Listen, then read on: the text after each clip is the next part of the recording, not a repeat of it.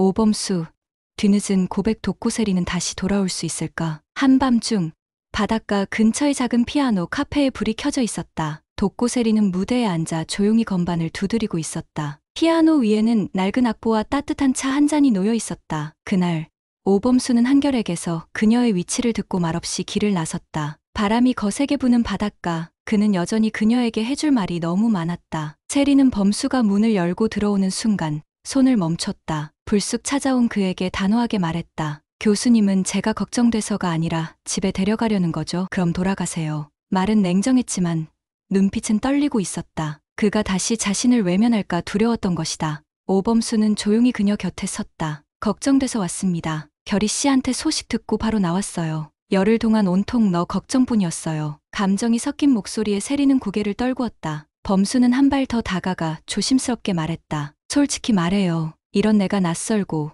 나도 당황스럽고 혼란스러워요. 하지만 도망치고 싶지 않아요. 세리는 그 말에 마음이 흔들렸다. 전 당장 해답을 원하는 게 아니에요. 제발 절 밀어내지만 말아주세요. 눈물이 고인 눈으로 범수를 바라보며 말한 그 한마디는 그동안 말하지 못했던 모든 감정을 담고 있었다. 한편 마광숙과 한동석의 관계는 새로운 국면을 맞이하고 있었다. 광숙은 형제들에게 연애 사실을 밝히며 더 이상 숨기지 않겠다는 의지를 내비쳤다. 술도가 식구들은 충격에 빠졌지만 가장 먼저 말을 꺼낸 건 오강수였다. 형수님, 아니 광숙 누나, 저희가 알아서 잘 받아들일게요. 그 말에 광숙은 눈물을 감추지 못했다. 그러나 이 평화는 오래가지 않았다. 고자동에게 한 통의 우편이 도착했다. 보낸 이는 익명. 편지 안에는 오래된 사진 한 장과 함께 다음과 같은 문구가 적혀 있었다. 이 사진 속 아이, 지금은 술도가 막내로 자라있지요? 사진 속엔 갓난아이를 안고 있는 젊은 시절의 장미애가 있었다. 고자동은 얼어붙은 채로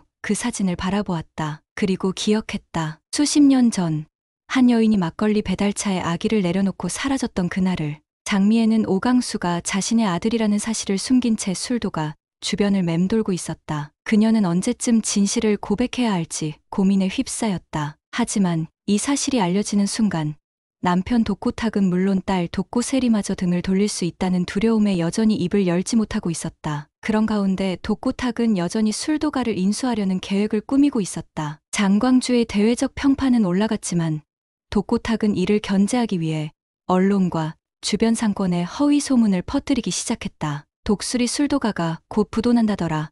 마광숙이 비투성이 집안을 홀로 차지하려 한다 등 악의적인 말들이 시장에 퍼져나갔다. 이 사실을 전해들은 한동석은 당황했다. 사업상 신뢰가 가장 중요한데 자신이 선택한 파트너가 가족 내 분쟁의 중심인 것처럼 비춰진다면 투자자들에게 설명할 수 없는 일이 생길 수 있었다. 그는 직접 술도가를 찾아가 광숙을 만났다. 지금 저와 당신 사이에도 경계가 필요할 것 같습니다. 한마디로 그녀를 밀어낸 동석은 복잡한 감정에 휘말렸다. 광숙은 그 말에 큰 상처를 받았다. 그러나 그를 붙잡지 않았다. 대신 스스로를 다잡았다. 이 집도 이 막걸리도 내가 선택한 거예요. 다시 시작해도 똑같이 선택할 거예요. 그 무렵 한결은 아버지 한동석과 마광숙이 다정히 식사하는 장면을 목격했다. 잠시 당황한 그는 광숙이 자리를 피하려 하자 아무렇지 않게 말했다. 광숙 씨, 밥은 식기 전에 드셔야 해요. 눈치는 챘지만 굳이 언급하지 않았다. 마음속의 존중이 그를 그렇게 만들었다. 지옥부는 오응수와의 갈등 이후 백현성과의 교류가 잦아졌다. 그 와중에도 오응수는 질투를 참지 못하고 지옥분을 붙잡고 물었다. 그 사람이 그렇게 좋아요? 지옥부는 아무 말 없이 돌아섰다. 하지만 그녀의 눈가에는 후회와 미련이 맴돌고 있었다. 그러던 어느 날 밤, 술도가 앞마당에 불이 났다. 다행히 큰 화재로 번지지는 않았지만 화재 현장엔 수상한 낙서가 남겨져 있었다. 진실이 밝혀질 때 누군가는 끝장을 본다. 다음 날 아침, 고자동은 광숙을 조용히 불렀다. 그리고 봉투를 건넸다. 이걸 이제는 당신이 알아야 할 것 같아서요. 봉투 안에는 사진과 오래된 편지 한 장이 들어 있었다. 그 순간 광숙의 얼굴이 굳어졌다. 편지에는 이렇게 적혀 있었다. 그 아이는 당신 집에 버린 내 아들입니다. 다음 36화, 드디어 밝혀지는 장미애의 비밀. 그리고 그 진실은 술도가의 운명을 송두리째 바꿔놓을지도 모른다. 장미애, 결국 무릎 꿇다. 오강수는 진실을 용서할 수 있을까? 오강수는 밤새 잠을 이루지 못했다. 고자동이 준 사진과 편지를 손에 쥔 채 그는 마당을 서성이며 복잡한 감정을 정리하려 애썼다. 어린 시절, 유난히 따뜻하게 대해주던 장미애의 눈빛이 자꾸만 떠올랐다. 그녀가 침몰하는 사실은 충격이었지만 더 큰 충격은 이토록 오래도록 감춰져 왔다는 사실이었다. 아침이 밝자마자 오강수는 장미애를 찾아갔다. 장미애는 그를 보자 숨을 멈췄다. 이제 알게 된 거니? 그녀의 목소리는 떨렸고 강수는 조용히 물었다. 왜 이제야 말하세요? 그동안 왜 아무 말도 안 하셨어요? 장미애는 고개를 들지 못한 채 무릎을 꿇었다. 미안하다. 무서웠다. 내가 나를 미워할까봐, 세리가 상처받을까봐 모든 게 두려웠다. 오강수는 한참을 말없이 서 있었다. 그리고 조용히 말했다. 저 형수님 곁에 있을게요. 그게 형님이 원하던 거니까요. 하지만 어머니라고 부르긴 어려울 것 같아요.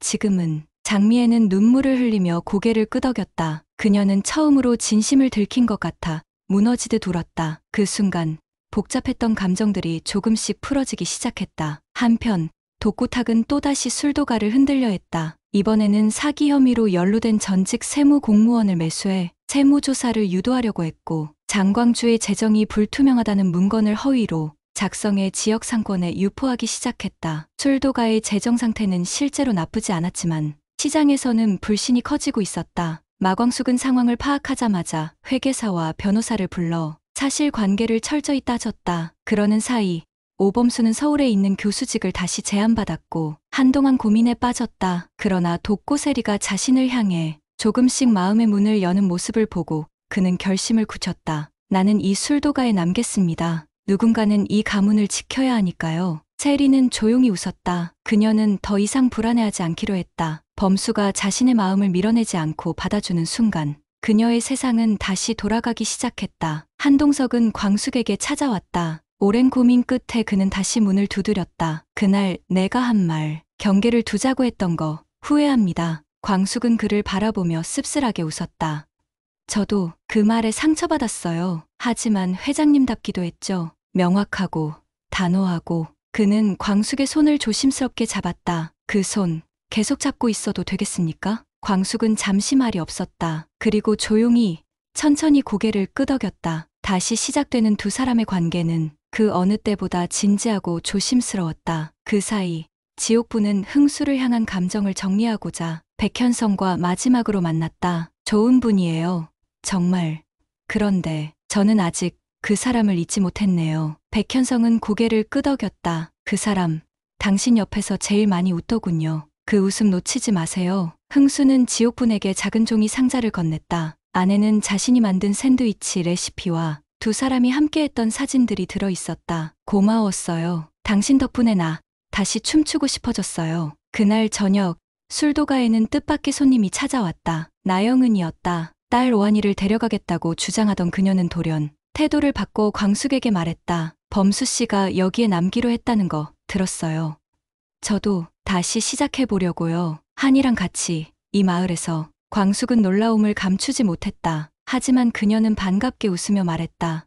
좋아요. 다시 시작할 수 있다면 누구든 환영이에요. 그러나 평화는 길지 않았다. 그날 밤 술도가 창고에 또다시 수상한 흔적이 발견됐다. 자물쇠가 부서져 있었고 안에 보관 중이던 옛날 장부와 서류들이 일부 사라져 있었다. 고자동은 누군가 이 집안의 과거를 파헤치고 있다고 느꼈다. 며칠 뒤 광숙 앞으로 한 통의 등기우편이 도착했다. 발신이 넘는 그 편지에는 이렇게 적혀 있었다. 장미애가 숨긴 건 아들 하나가 아닙니다. 다음 37화 또 다른 출생의 비밀. 술도가를 뒤흔들 미스터리의 실체가 밝혀진다. KBS ETV 주말 드라마 독수리 오형제를 부탁해는 매주 토 일 저녁 8시에 방송됩니다. 다시 보기는 웨이브에서 시청하실 수 있습니다. 잊지 말고 구독과 좋아요, 댓글, 그리고 알림 설정까지 부탁드립니다.